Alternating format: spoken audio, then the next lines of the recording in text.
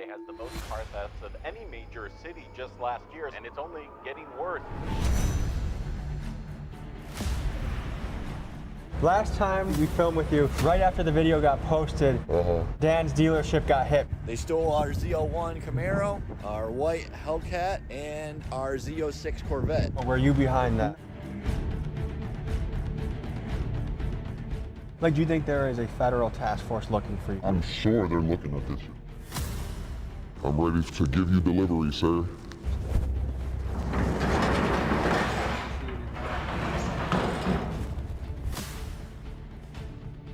Is it fair to say that you are officially on the run? Oh yeah, for sure. Wanted in like 5 or 6 different states. I instantly shoot break people in front of the clubhouse. That's what's not only physically, but like emotionally on myself. This has taken its toll on me.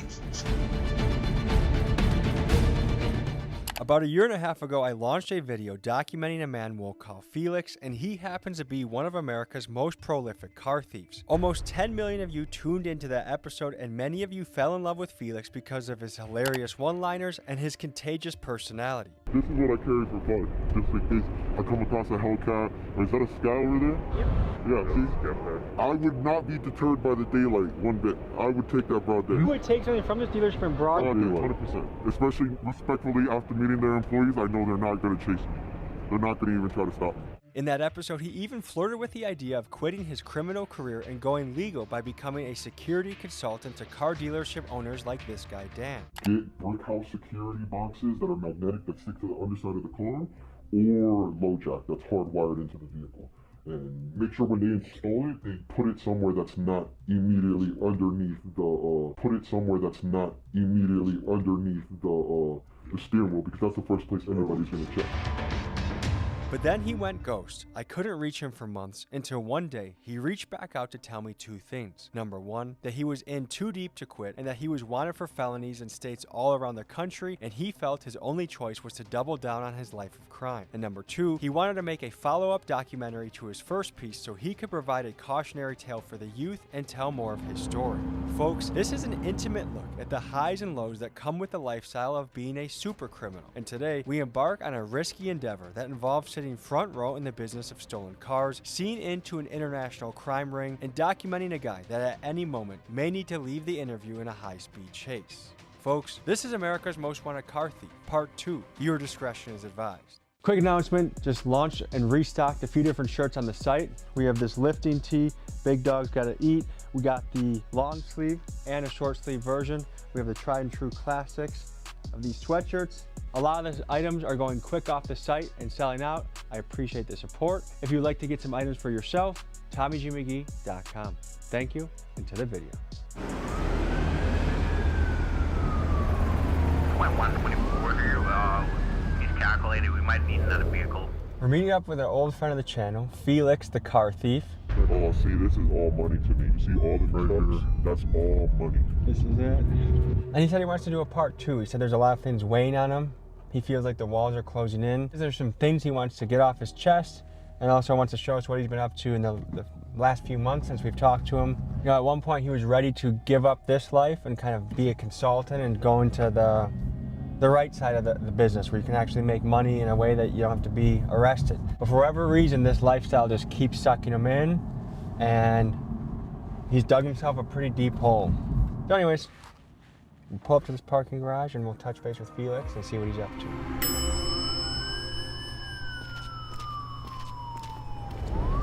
Areas like downtown, LA, Chinatown, and Little Tokyo have seen a 300% spike in theft since 2013.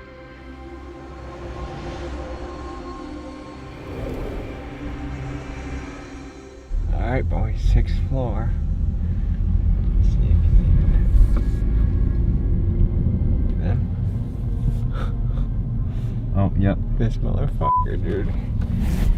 Yep, there's a Range Rover right over there.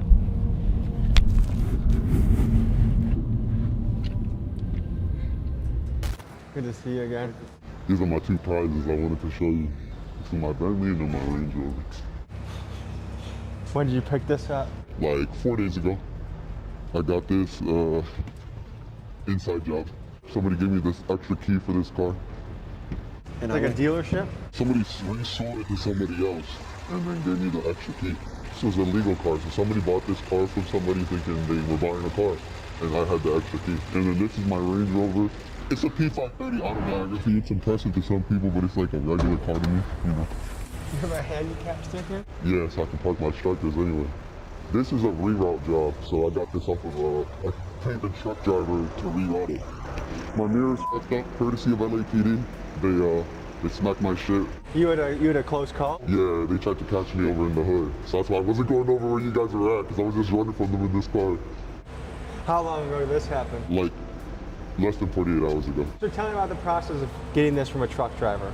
So basically I have a Russian guy who goes into the dispatch and changes the delivery address and changes it to me. And so I pulled up on the truck driver, handed him $1,000 and walked away with the car. We got the Vermont right here. How do you get all these?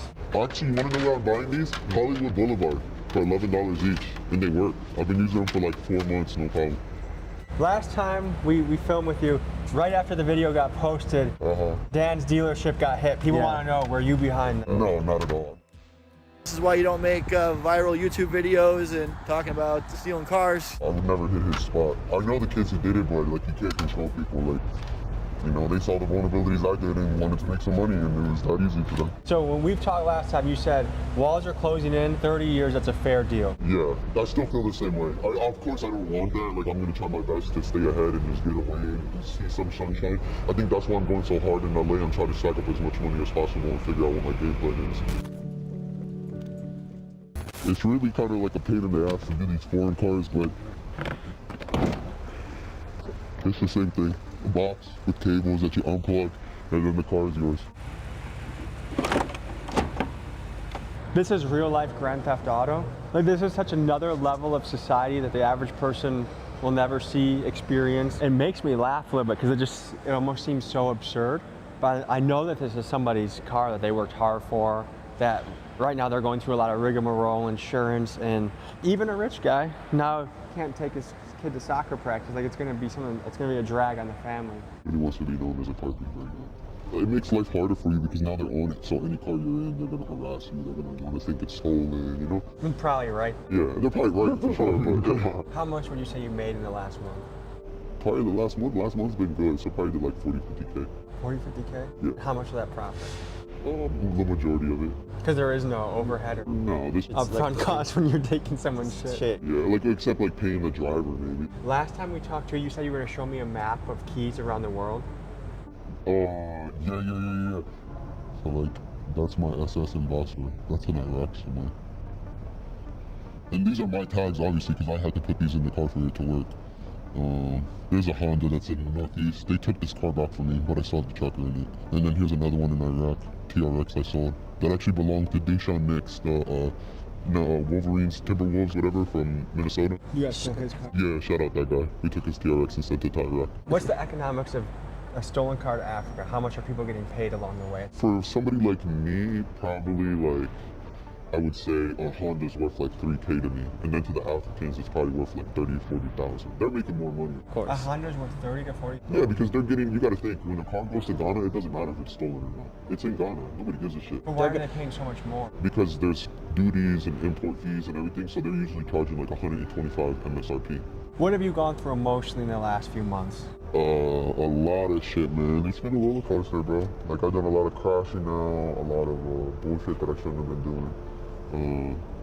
Fell in love a couple times, you know, a bunch of life drama. But at the end of it, I still have my cars, you know. I mean, last time we talked, it felt like you were an inch away from turning this all in and making your own business. Yeah. To now being in like a complete downward spiral of this. You dug yourself a deeper hole now. Yeah. Who is after you right now, do you think? Oh, I know I got warrants in a couple of states. Like, do you think there is a federal task force looking for you? I'm sure they're looking at this shit for sure. So this job is different. Like, we basically went and got the car for the guy. He set up the place, so we're only charging him 15 grand. Look it. So you see, you know I play no games, sir. Here you go. See? Everything's there. I'm ready to give you delivery, sir. See you in about 10 minutes. Dude's gonna come pick it up, but I'm gonna meet him at the storage unit. Just drop it off so we can take another shit to the Yeah. For this sale, the plan was simple. They were going to drop the Bentley off in a storage unit and meet the buyer nearby. In Felix's last episode, he shows us how he steals the cars, and now he's going to be showing us how the car gets sold.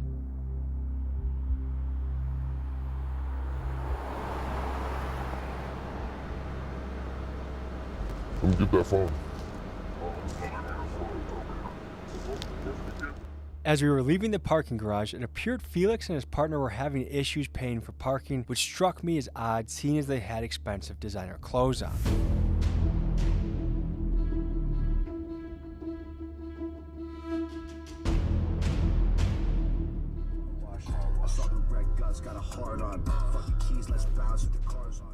Felix was going to be sitting on the sidelines for this deal and let his partner handle the business, so I had him jump in the back seat so he could give us a play-by-play of what was going down. This dude is so worried that I'm gonna come back and take this car. He's telling him to unplug the battery. Like, this dude doesn't even understand that I can't take this car without the key. But he's that scared of me, bro. That's something you ever do? Oh, yeah. Depends. It's assholes, yeah. Like, this guy's an asshole, bro. If you met him, he's not the type of person who will donate money to help kids. Are you?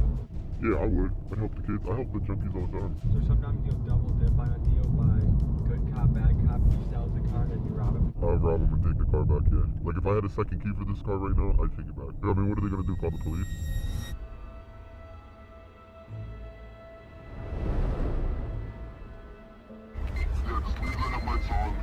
Okay.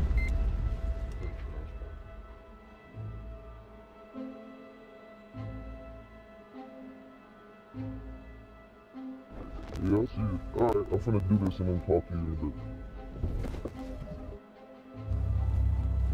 This feels like a Grand Theft Auto video game interaction.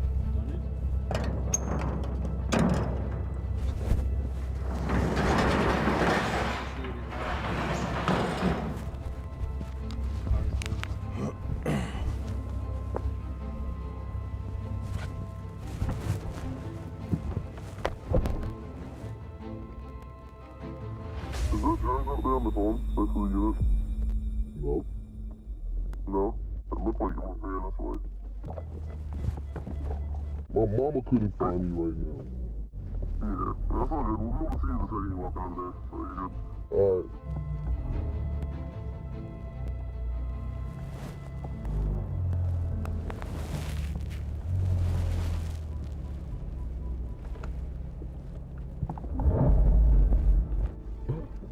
Sexy.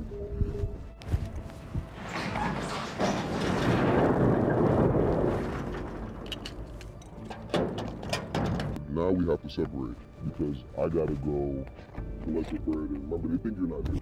Alright, see you guys in a second. After placing the Bentley in a storage garage, Felix's partner made his way to a parking lot of a local business to finalize this transaction. We were attempting to get closer and try and see it go down firsthand, but also balancing that with trying not to be seen. Here's what happened. He's gonna be in a gray Tahoe. They said they're right in front of the AutoZone. Remember, their biggest fear is not journalists or nothing. Their biggest fear is living in here. Because he thinks I'm like that crazy, I'm gonna hop on him about that. That way, just to be here too. Just be careful, don't let me see. Should I go? Have you seen this car?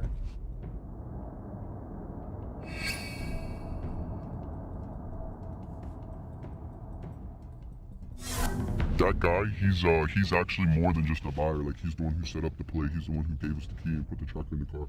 That was his car. He sold to another person. And then, you know, just basically with the third key, I showed up and took it. So he got his cake and he could eat it too. This guy's a wealthy businessman. Man, this guy got a lot of money. I'm telling you, I robbed him for almost $30,000 and he's still over here doing more business. So he's obviously, his pockets aren't hurting. I just know he pays, you know. But sometimes not all money is good money, you know. I've learned that, especially in this business, bro. That's why I wasn't willing to like sacrifice my morals to take that dude's money.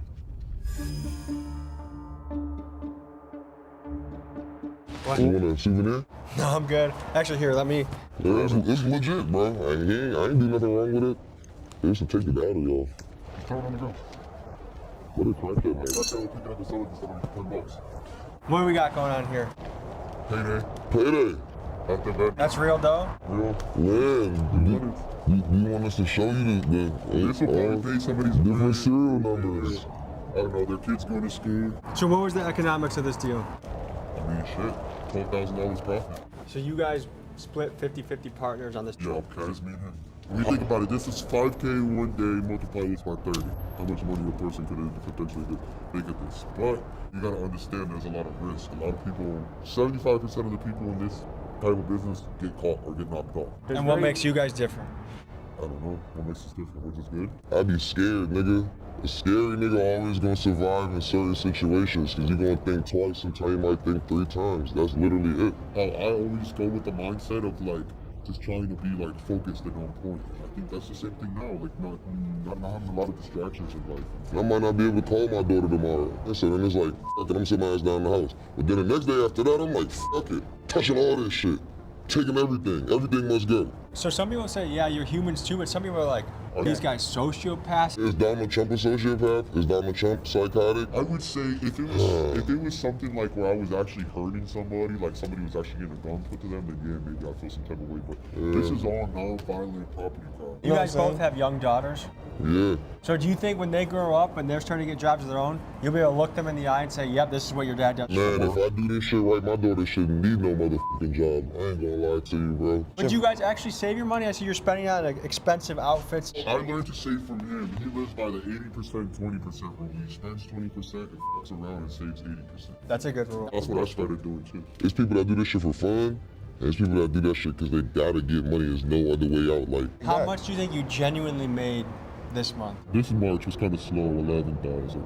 But like if you go to January, which was like a good month for me, I was pretty fucking Cash App too. That's January. 39,000. Yeah. And this is, you gotta account, Cash App's only probably like 25% of my income. Most of it's cash like you see right now. This money's never gonna hit Cash App. So if that's how much I put in, I can't tell you. I need an accountant to tell you. I'm not greedy with my money. I look out for people. I see a homeless guy on the street, I give him $100. We just gave the Uber guy $100 to cancel a ride. 5 minutes. All right, we have our own mission to hit. We're gonna link up with these guys in a little while. Until then.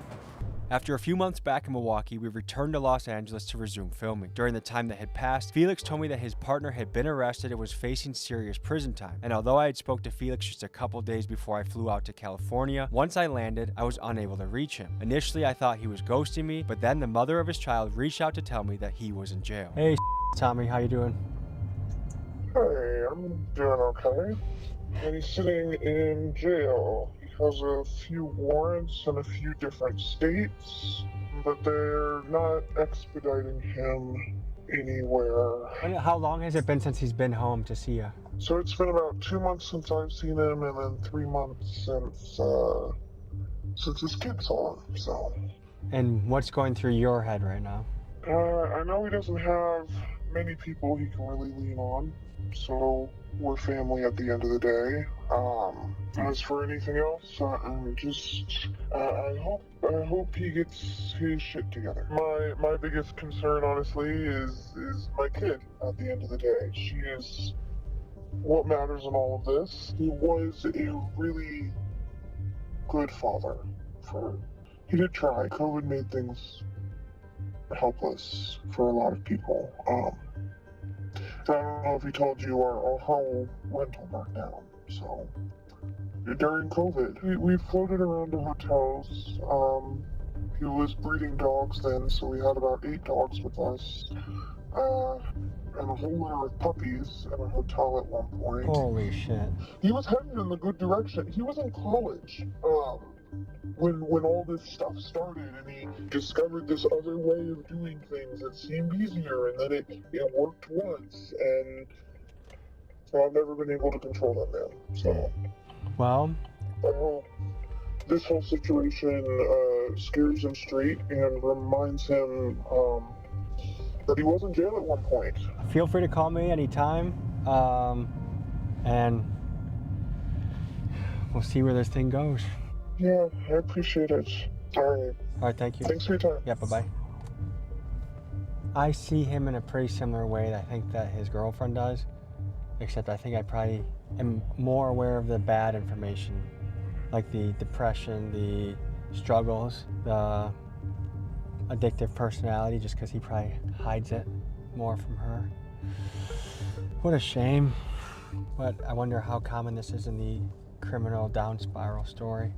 Anyways, that's that. Yo. How you doing, man? In jail, man.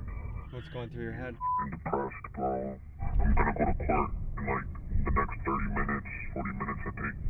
And then I'm gonna go, I gotta see a judge.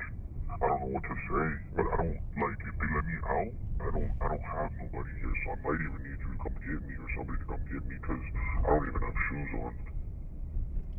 Were you doing a high-speed barefoot? Yeah, no, I lost my shoes, flew off when I crashed. Just pray for me, bro. I'm trying to get home. I want to go see my daughter. Hopefully things go well. I hope to hear from you very soon.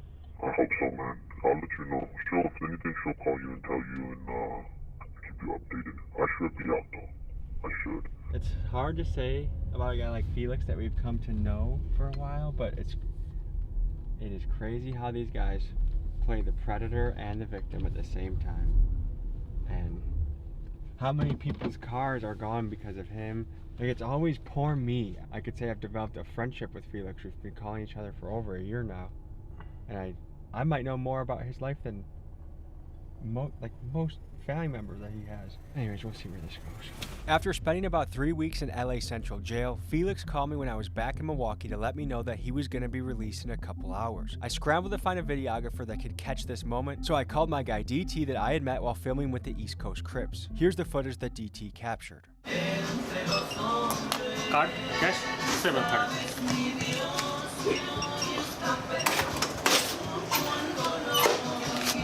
Thank you.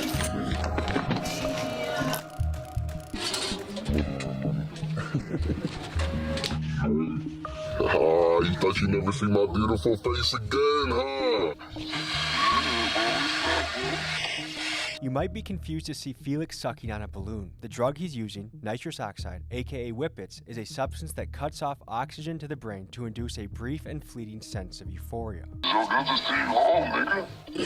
185,000 in collateral. Since he was deemed a massive flight risk, the bond company required Felix to provide collateral in order to be released. The mother of his child signed her home over to get him out of jail, meaning that if he fled California, his daughter's house could be foreclosed on. I was fucking at a Spanish restaurant eating outside, and I had a balloon in my mouth like this. LAPD officer, a female officer, seen me. She said, "Yo," and I looked up and I said, "Oh shit, it's 12." And I just calmly put the balloon down, put my food down, and started driving off. They got behind me.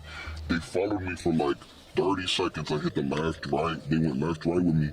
As soon as I got to the light and I went to go to the left, she turned the lights on, and so I immediately cut over and tried to go right, and it was on from there.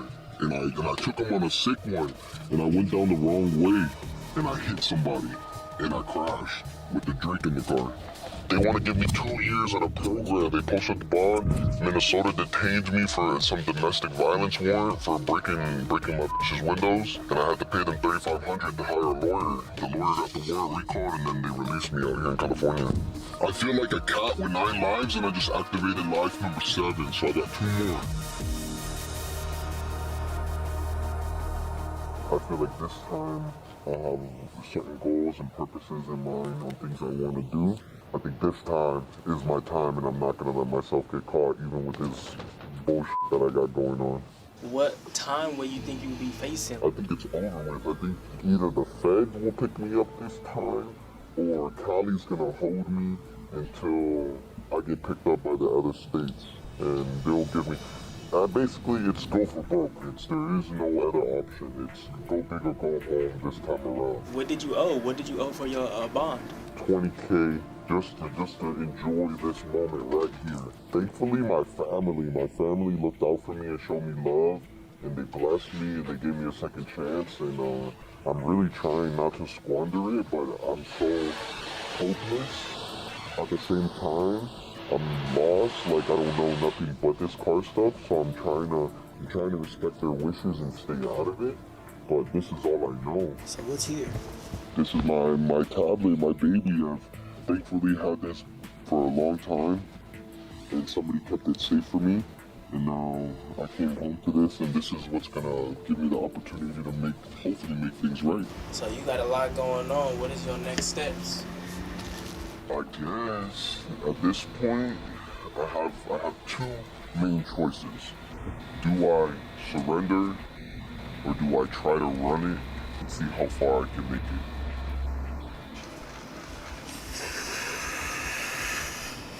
But I think inevitably my end is coming.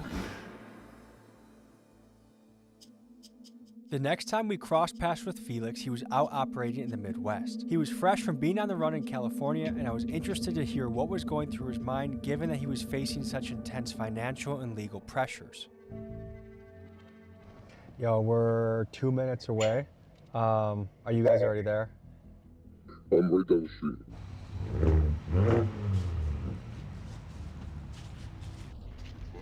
Tell me what the hell is going on with this thing. We just got it off transport, off of a truck. What does that even mean? Like, basically this was destined to go somewhere, and we just, we rerouted it, and we changed the destination location, and now it's ours. And, we did the trackers already, so it's safe, you know. Simple work. What do you guys stand to make from this? Probably like, 10, 15,000. Hopefully on the higher end. V6. And so what is this? This is like all the dealership papers was on it. We had to rip them all off, and probably have to blur that, but Felix, is it possible that all this started because of a house fire? Potentially, yeah. Like why I started doing this, yeah, in a sense. Can you explain more of that? Yeah, like my house burnt out in the middle of COVID, and I, was living in hotels, so I started striking. Do we need to get out of here? We're good. If feds come, you guys gotta get out of here? Yeah, we're gonna take off. But we're gonna win. We're gonna go on the train tracks in this bitch. We gotta get up out of here. We gonna take it right to the center. Yeah. But we'll push that company Mary off the way. Watch the Chevy Cruze, okay? Yeah, no, don't worry. We'll dodge your car. Just looking, keep an eye out. Yeah, that guy's just weirded out by us. He's like, what the hell are these people? Apparently they don't see people parked back here too much. That was 12. Come on. See you guys. Right. Have a good day.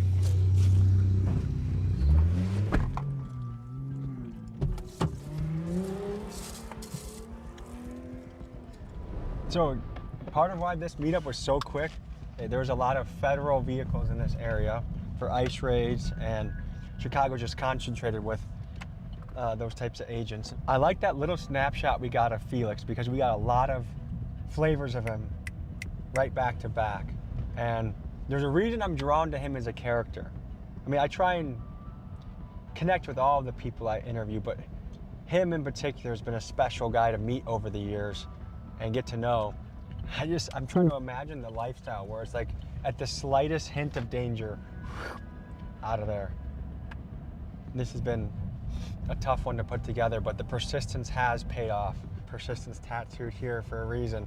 I think that's a great word to keep ingrained in your mind, is just keep the persistence, because eventually it does pan out. I guess we'll catch Felix in the next go around.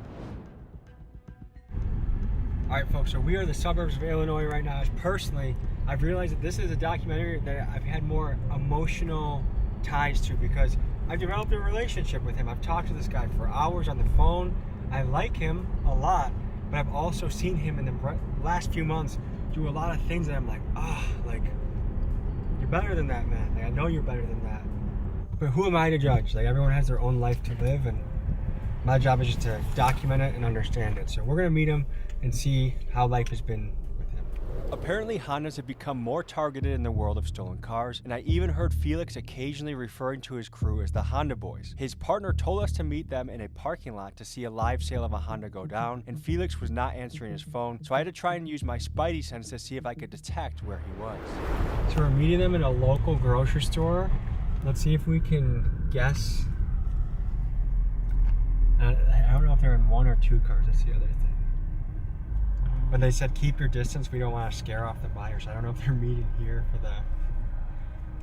You can follow the Honda Instagram station or just park over there in the cut center. Don't pull past the front pass. Pull past the second one. This is part of on the second side of the gas. Yeah, we see you.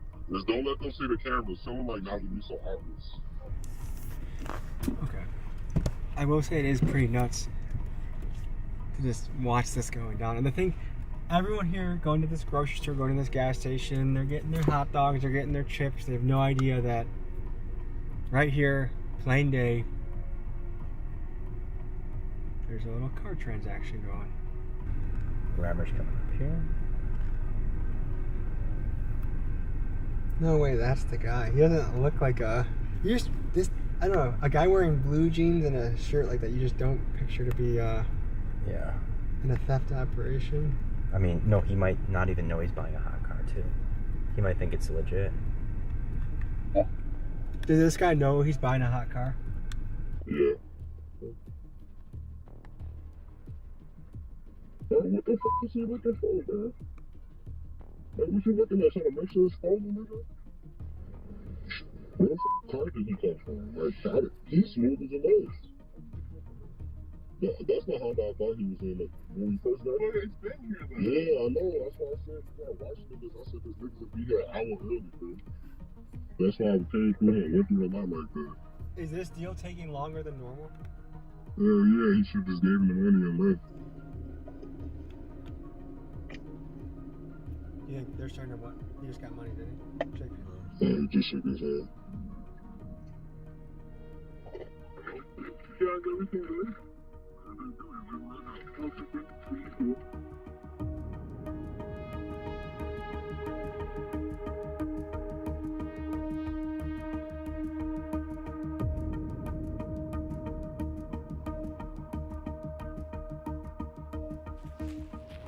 So right after that transaction, I guess there was some local police in the area, so we wanted to meet in a spot that was a little more secluded.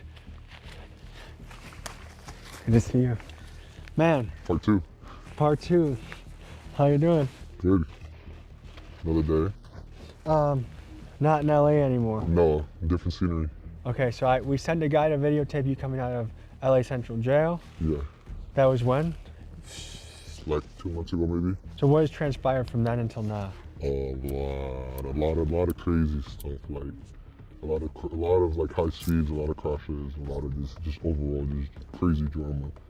I made it all the way back up north, so now I'm here. Is it fair to say that you are officially on the run? Oh yeah, for sure, 100. Like wanted in like 5 or 6 different states. Right now, actively, yeah. Like you can Google my name and find warrants right now.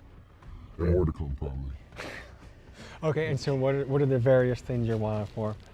Like a lot of GTAs, a lot of fleeting and eludings, some stuff like, I shouldn't mention, and then like, just a lot of stuff that comes with cars. Okay, what is the bond situation? I bonded out and I ran. Well, I kind of like just, it was getting weird and I just didn't go to court. So now I'm on the road. Okay, and how much are you responsible for right now? Over 200,000, almost $250,000 to fix my situation. So. And if you don't come up with that much money, what are the consequences? I could cost my family a lot, but I don't think that's gonna come to that. Like, I figure if it gets bad and like I can't make the money, I'm gonna go surrender in a state that's like a little bit easier to go to jail. Okay. And go do my time over there. But basically, there's a house as collateral. Yeah. What is that like hanging over your head? It makes everything more real, like, there's real life consequences to it all. It's not just myself anymore. And do you feel that the only way you can come up with that sum of money is the car business? Yeah, like it just wouldn't make sense economically right now to try to start and do something else. What are the most recent places you've had high speeds? Michigan and mainly just Michigan right now, yeah. And you went for, I think we talked on the phone before, you said you went for a 5-county run? 5-county run, yeah, pretty far. I have some cases because of that and stuff like that, so it's pretty hectic, but overall things have been good, man. Life's good and things are gonna get figured out like we always, you can't complain. So we're free, that's the most important part, being outside, enjoying the weather. This is a friend of yours that we're doing probably a documentary. It's the best driver in Chicago. Yeah? Yeah. And I challenge anybody to try to challenge that title. Best driver there is. Okay, so we just saw a Honda CR-V exchange. Yeah, a simple transaction.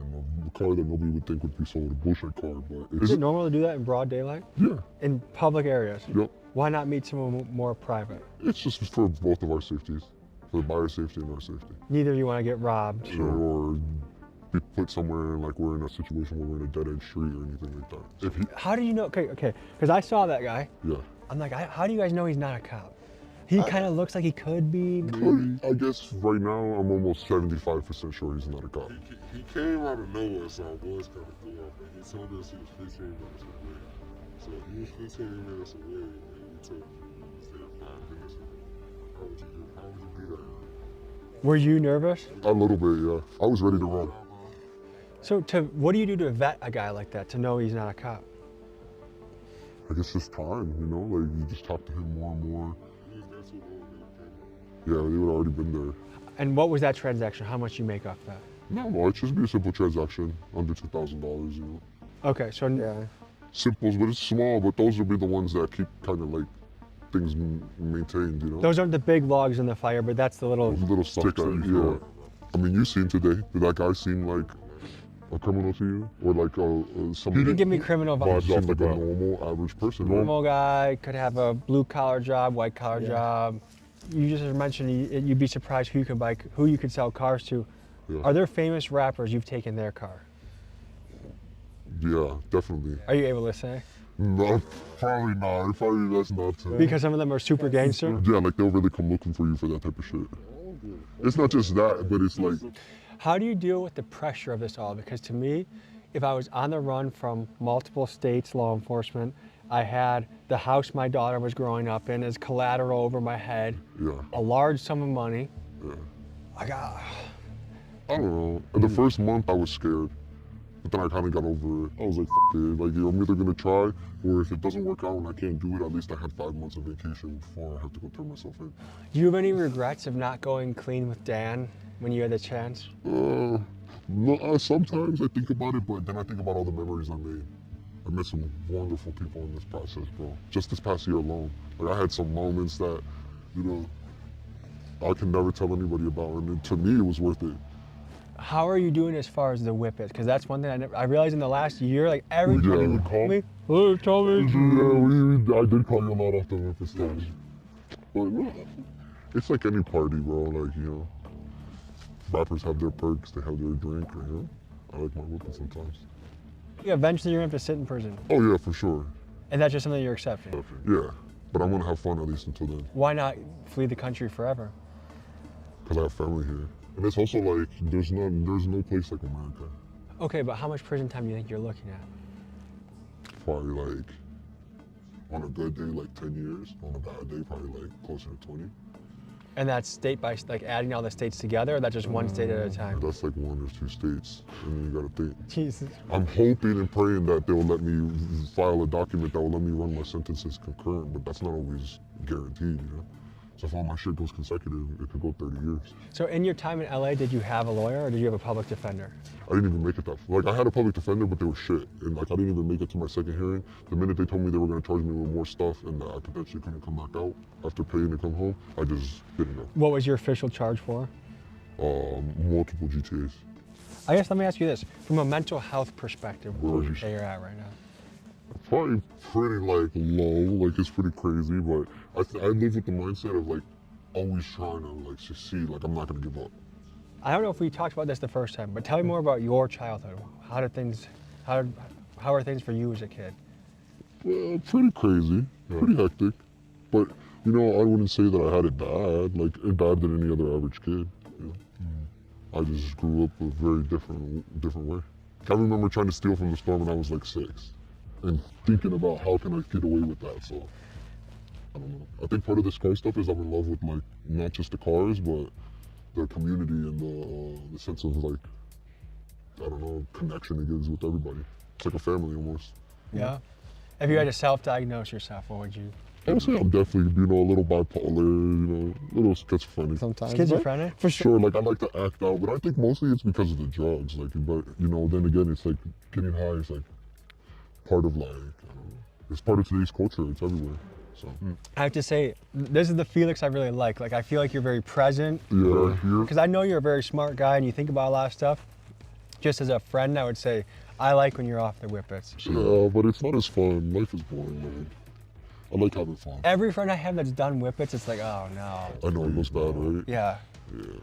All right, folks, I feel like the takeaways from this video are two things. One is inside the life and mind of someone who is really good at crime, really good at car theft, Yeah. and how interesting it is, like how much of an outlaw world it is. But also, I think coming to grips with the reality of certain choices can back you into a hole that is hard to get out of, and to be aware of that as you're making it, because sometimes, I'm sure you could say sometimes you feel like you're in too deep a little bit. Yeah, actions have consequences, just always remember that with everything that you do. There's nothing wrong with taking risks and doing things that are risky, but just realize that if things go bad, it could go bad for you, and you're not gonna like it, and you're gonna be crying and upset. And some decisions are irreversible because of the law. Yeah. This has been America's Most Wanted Car Thief, Part 2, signing off. A few months had passed by where it was hard to get in contact with Felix, but about a week before this video was going to be released, he called me and Miguel late at night. I was asleep, but Miguel spoke with him for about an hour, and we learned some very serious and concerning information about how his life was going. As my dumbass was tripping off of Xanax, I'm sitting at a club in right? And some bottle girl walks up to me and says something, and I don't know, I guess her boyfriend felt some type of way. He points a beam at me, and my goofy ass, instead of letting it go, my ego gets the best of me. I instantly shoot 3 people in front of the club, bro. What? I hope you know that there's still... Don't say redemption at the end of the club. There still is redemption. We still are rooting for you to make it out. Yeah, but it's one of those things, like, I'm gonna be honest with you, I have a whole homicide investigation open in Chicago, bro. My life's so bad. Yeah. Well, you can always still make things right, bro. I think you could still, like, you know, obviously... But I really believed that when I went home the last time. But my baby mama, she couldn't control herself, bro. She couldn't stop. She was mad about my last... Like, I felt like my baby mama should be the #1 person to not give a fuck about my side hoes. So she got upset. And she tells her mom that I'm at the house. Her mom calls the police and lets them know I'm in the house. And the fucking police surround the house. And all I hear is, Mister such and such, let me see your hands, you're under arrest. I said, huh? And I said, no, you got the wrong person. She said, no, it's you. She starts trying to push the door, and I pushed the front door closed, and my daughter starts helping me push it. What? How old is your daughter now? 5. Thanks to her strength, I can close the door. She says, Daddy, run. I run up the stairs and bail out the second room floor of the house, almost break my legs landing on my Jeep that's in my backyard. I smash through my fence, hit 3 cop cars, and crash through, hit the main street, just take off. They start pursuing me. They pursue me for 5 counties, bro. They beat me, going 110 miles an hour, send me over 3 car lengths of intersections. My Jeep, I'm in a Jeep Wrangler, it tumbles over itself into a creek. I black out, wake up, head upside down in the creek. I woke up crying, screaming to God, save me. And I hop out the car and start running, but all I hear is dogs behind me. You're going through all these obstacles, but he's making sure you're still, like, free and here and able and not dead to still turn your life around. It's sick. Tell him I'm ready to come home. I fought my battles, I'm over this shit. I'm ready to go back. I've hustled out, not only physically, but like emotionally, like on myself. This has taken its toll on me.